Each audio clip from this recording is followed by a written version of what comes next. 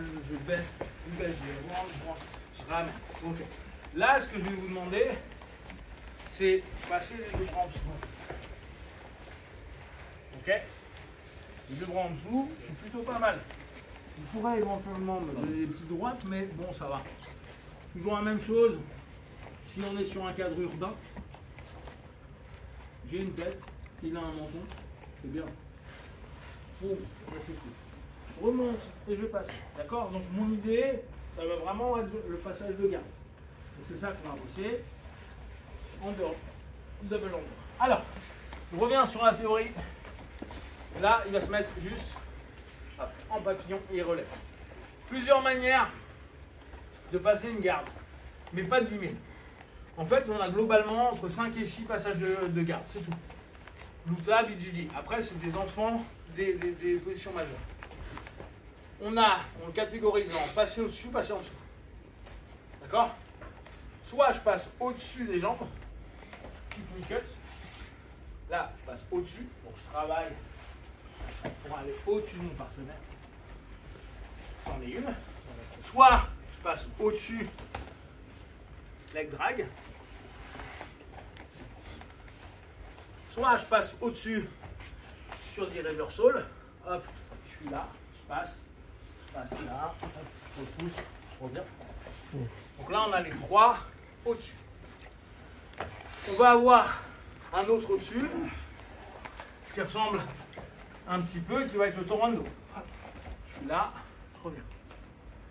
Et si on n'a pas au-dessus, on a en dessous. On en a deux. Je suis là, j'ai remonté. Double under. Ou over under.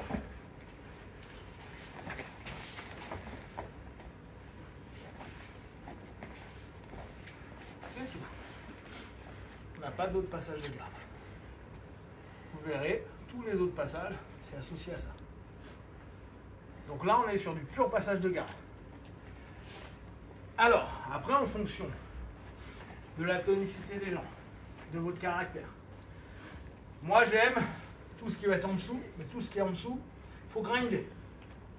Tout ce qui est au-dessus, on peut compenser par de l'énergie, de la force, de la vitesse. C'est plus sexy parce que d'un coup, on se dit je passe d'un coup. Même le knee cut, on s'aperçoit que s'il est bien fait, c'est hyper smooth. Un double under, ça ne sera jamais smooth. Parce que je vais passer là, le mec il va se défendre à la mort, et moi je vais devoir constamment revenir. Bon là je suis passé par contre, je vais être constamment en train de me battre là-dessus. Voilà, il va mettre ses crochets, je vais devoir revenir, je repasse, je reviens, et j'abîme ma tête. C'est un passage de garde, de grinder. En gros, vous allez avoir mal aux oreilles, vous allez vous éclater les pommettes, vous allez vous prendre des coups et vous allez être tout rouge. Ce qu'il y a de mieux en Jiu-Jitsu, on est bien d'accord. D'accord? Donc, il y en a plein qui n'aiment pas. Un qui était très bon là-dessus, c'est Faria. Faria, il ne passait que les gars en over-under ou double-under. D'accord? Bernard de Faria. Donc, là, nous, on va bosser ça. Ça a plus de logique dans un modèle de lutte à livre / combat libre. Pourquoi? Parce que la plupart du temps, on va devoir maintenir en même temps une pression sur le partenaire et éviter potentiellement tous les passages où je vais commencer à faire ça, sachant que nous ici, on a un tatami, ça glisse pas, mais dans la vraie vie, ça glisse. Donc les gars, ils recomposent. Donc tous les boulots comme ça nous demande énormément d'explosivité pour que ça passe. Même David qui est hyper habitué à faire ça, il y a des moments, le mec prend un temps et on voit David qui scrolle carrément pour tenter de prendre le centimètre de passage qu'il va avoir ici et revenir vachement comme ça. Si les gars sont souples et tout, bah ils vont recomposer. Ça, il fait une galère et là c'est un rapport de force qui se remet en place. David va remonter, il repart et il va tenter à nouveau de passer sur le côté. C'est cool, mais quand on rajoute des frappes, ça peut être emmerdant. Donc la notion de je maintiens et je tente de passer centimètre par centimètre, soit knee cut, qui sera au-dessus à ce moment-là, soit double under, over under, prend du sens. Parce que quand je suis là, boum, je suis ici, même s'il peut me taper, ces frappes, elles sont pas méchantes. Et là, il sent constamment que je fixe le sol. Il sent constamment que je suis en train de l'emmerder. Et que donc, là, il est en danger. Hop, là, je suis passé. Il est en danger. Par contre, lui, il est en danger. Okay. Donc, on bosse sur une posture qui n'est pas forcément courante pour le double under. Mais je veux que tout le monde le fasse quand même. À partir de la butterfly. Il pose ses grippes. Qu'est-ce qu'on se souvient quand je suis en luta? Ma priorité avec les bras, c'est quoi? Esgrime. Donc j'esgrime et je vais au centre. Là, on est typique truc de luta, on met la tête au centre et je pousse et je ramène. Ok? Je vais continuer à contrôler. Et là, pour l'instant, je vais vous faire bosser 1 et 2. D'accord? Ne faites pas exactement ce rythme-là quand vous êtes en garde fermée. On reviendra dessus. Parce que sinon, vous prenez un triangle. Là, je ne peux pas prendre de triangle. Même si je suis là, je m'en fous. Alors que si on était en garde fermée, je suis là, je m'en fous pas. Je vais prendre un triangle. Ok? Donc là, on est sur ce modèle-là. Je suis là et là, vous pouvez prendre le son pour le deuxième. J'insère. Alors, qu'est-ce qui m'intéresse? Mon épaule, son genou.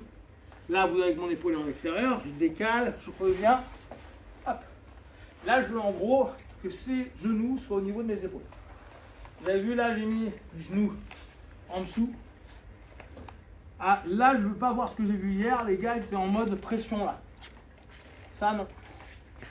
Ça existe, hein, mais c'est pas ce qu'on cherche nous. Je suis là, je vais juste poser ma main. S'il est trop loin, je pose sous son aisselle. Vous pouvez poser le poing. Là, maintenant, il n'y a plus aucun moment où je suis en pression sur sa jambe. Je suis là, je tourne autour. J'insiste là-dessus, je ne veux pas que vous mettiez de pression sur ses jambes. Je ne veux pas que vous fassiez ça. Ok? Je veux que vous passiez. Je redresse.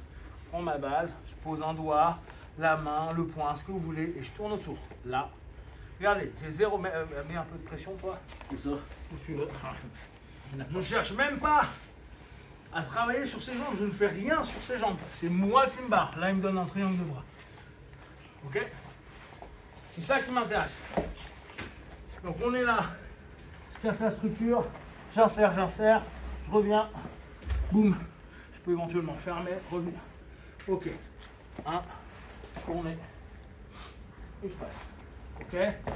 Là, je suis vraiment tranquille. Hein. J'ai quasiment pas d'action. En fait, je suis dans une posture où il y a un angle vraiment pourri. Je peux, pour aller un peu plus avancé, penser à lui tuer le coude. Donc je suis arrivé là. Quand on est normal. Je suis là. Je pose. J'arrive, je remonte, je passe. Là, je vais lui tuer le bras. Je passe pour lui tuer le bras. Là, ici, hop, ça y est, je pose et je commence à y aller. Bon, là, il ne me laisse pas faire, je vais lui prendre la montée. Mais ouvre un peu. Toujours. Là, un peu. Okay. Mon but, c'est que là, ici, quand je vais y aller, je vais le pousser. Pousser. Bon, là, il ne me laisse pas faire. Voilà, je vais aller au-dessus. Mon idée, c'est que quand on passe là, on va ouvrir. Détends-toi. On va ouvrir ça. D'accord?